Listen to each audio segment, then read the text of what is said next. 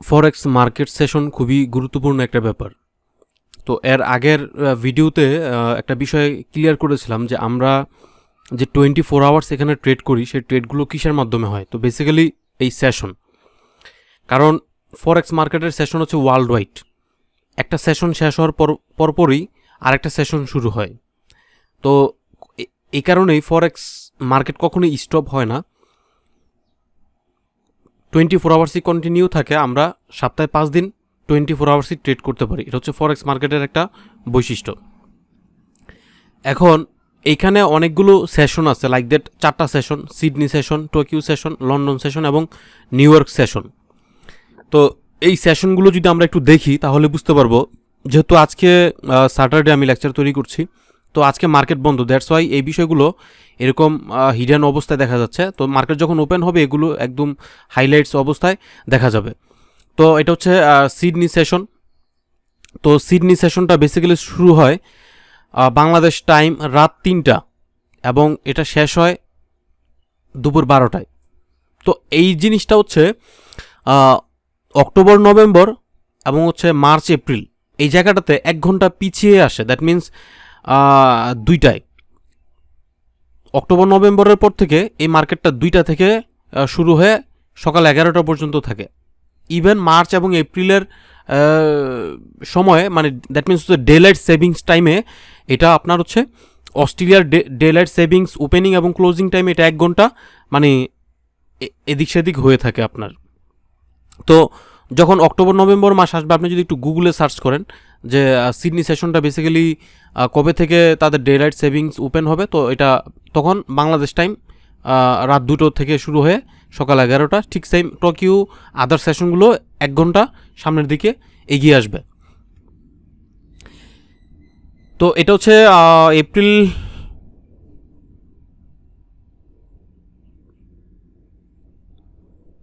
তো এটা হচ্ছে এপ্রিল মাস আমি লেকচার তৈরি করছি। সো এখন হচ্ছে রাত 3টা থেকে সিডনি সেশন শুরু হয়ে দুপুর 12টা পর্যন্ত চলমান থাকে। কিন্তু এখানে আবার সকাল 6টা থেকে টোকিও সেশন শুরু হয়ে একদম বিকাল 3টা পর্যন্ত চলমান থাকে। ঠিক সেম লন্ডন সেশন দুপুর 1টা থেকে শুরু হয়ে রাত 10টা পর্যন্ত থাকে এবং নিউ ইয়র্ক সেশন এটা শুরু হয় হচ্ছে সন্ধ্যা 6টা থেকে এবং শেষ হয় রাত 3টা পর্যন্ত।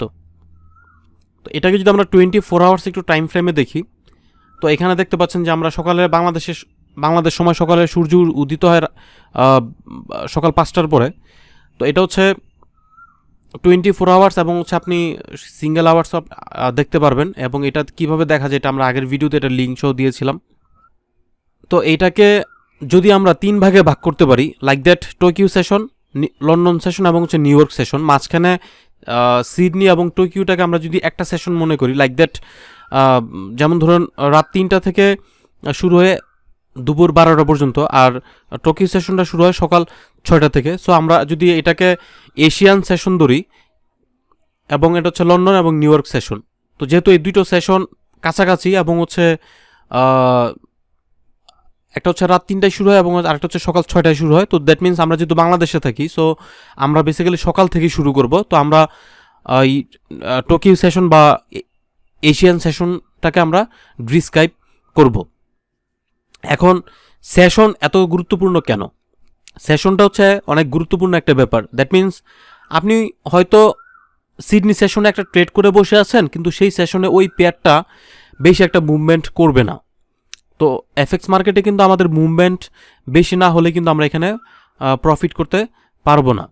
তো এখানে আমাদের মুভমেন্ট করাটা প্রয়োজন। তো সিডনি সেশন বা টোকিও সেশনে সব পেয়ার বেশি মুভমেন্ট করে না, এখানে নির্দিষ্ট কিছু পেয়ার মুভমেন্ট করে। আবার লন্ডন সেশনে আবার ভিন্ন কিছু পেয়ার খুব ভোলাটাইল থাকে। আবার নিউ ইয়র্ক সেশন ব্যাপারটা সেম। তো এক একটা সেশনে এক একটা পেয়ার ভালো পারফর্ম করে। তো আমাদেরকে এই বিষয়টা বুঝতে হবে। আমরা যদি বুঝি যে টোকিও সেশনে এই পেয়ারগুলো বেশি ভোলাটাইল থাকে, তাহলে আমরা সেই পেয়ারগুলোতে ট্রেড করলাম এবং খুব দ্রুত প্রফিট নিয়ে বের হয়ে যেতে পারবো মার্কেট থেকে।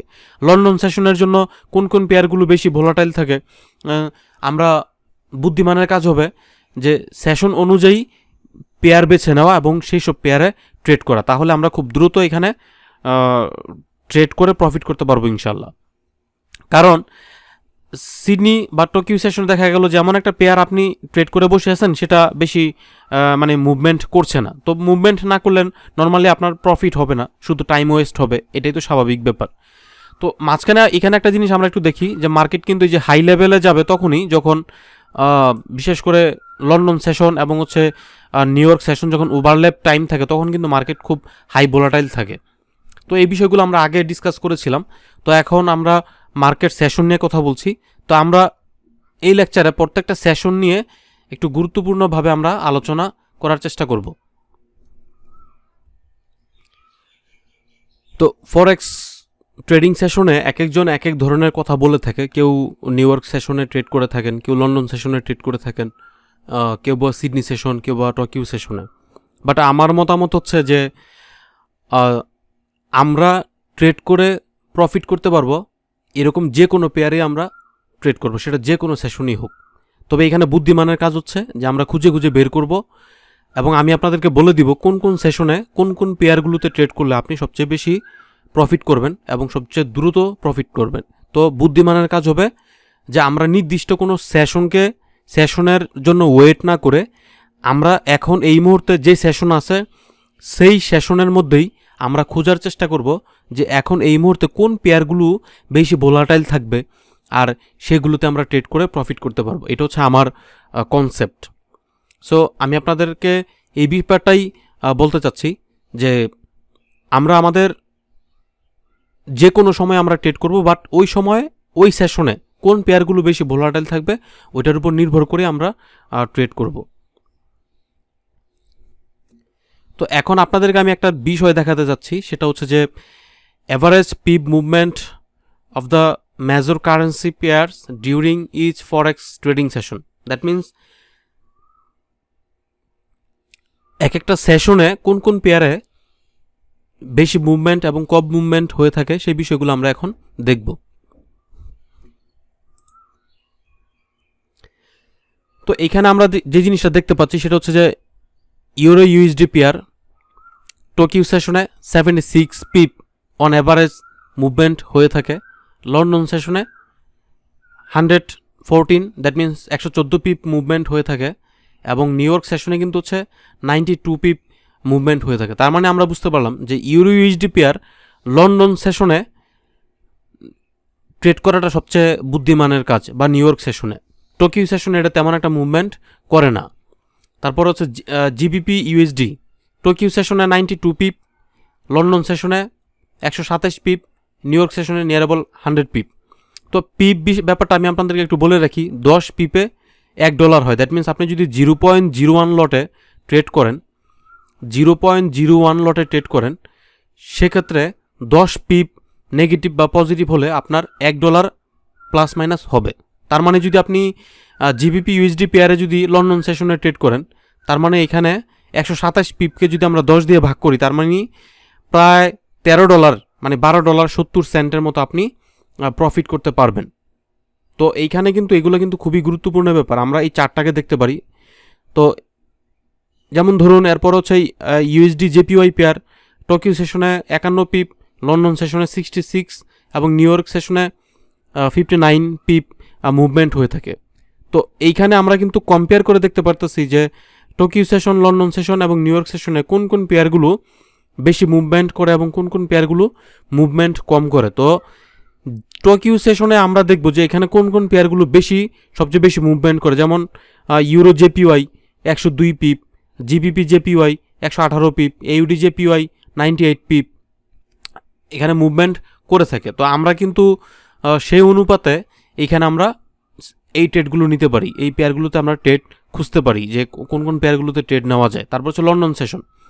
তো লন্ডন সেশনের ব্যাপারটা এরকম যে এখানে আমরা দেখতে পারি যে কোন কোন পেয়ারগুলোতে সবচেয়ে বেশি পিপ মুভমেন্ট হয়। যেমন euro CHF, AUD JPY, GBP JPY, euro JPY, euro CHF, তারপর হচ্ছে GBP USD, euro USD pair, এই পেয়ারগুলোতে আমরা ট্রেড খুঁজতে পারি।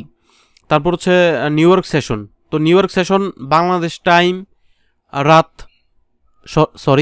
New York session Bangladesh time সন্ধ্যা 6টা থেকে রাত 3টা পর্যন্ত চলমান থাকেন। তো এই সময় আমরা যে পেয়ারগুলো সবচেয়ে বেশি ভোলাটাইল থাকবে সেই পেয়ারগুলোতে আমরা ট্রেড নিতে পারি। সো আপনি অন্যদের কথা শুনে নির্দিষ্ট সেশনের জন্য ওয়েট না করে যে আমি সন্ধ্যা থেকে রাত 10টা পর্যন্ত ট্রেড করব আর সারাদিন সারা রাত কোনো ট্রেড নিব না, এরকম না। মানে আমরা যে কোনো সেশনে ট্রেড নিতে পারি, বাট বুদ্ধিমানের কাজ হবে কোন সেশনে কোন পেয়ারগুলো সবচেয়ে বেশি ভোলাটাইল থাকে সেই বিষয়ে আমরা খুঁজে তারপরে আমরা ট্রেডগুলো নিব ইনশাল্লাহ। তো নেক্সট ভিডিওগুলোতে আমরা টোকিও সেশন, লন্ডন সেশন এবং নিউ ইয়র্ক সেশন নিয়ে আরও বিস্তারিত ডিসকাস করব।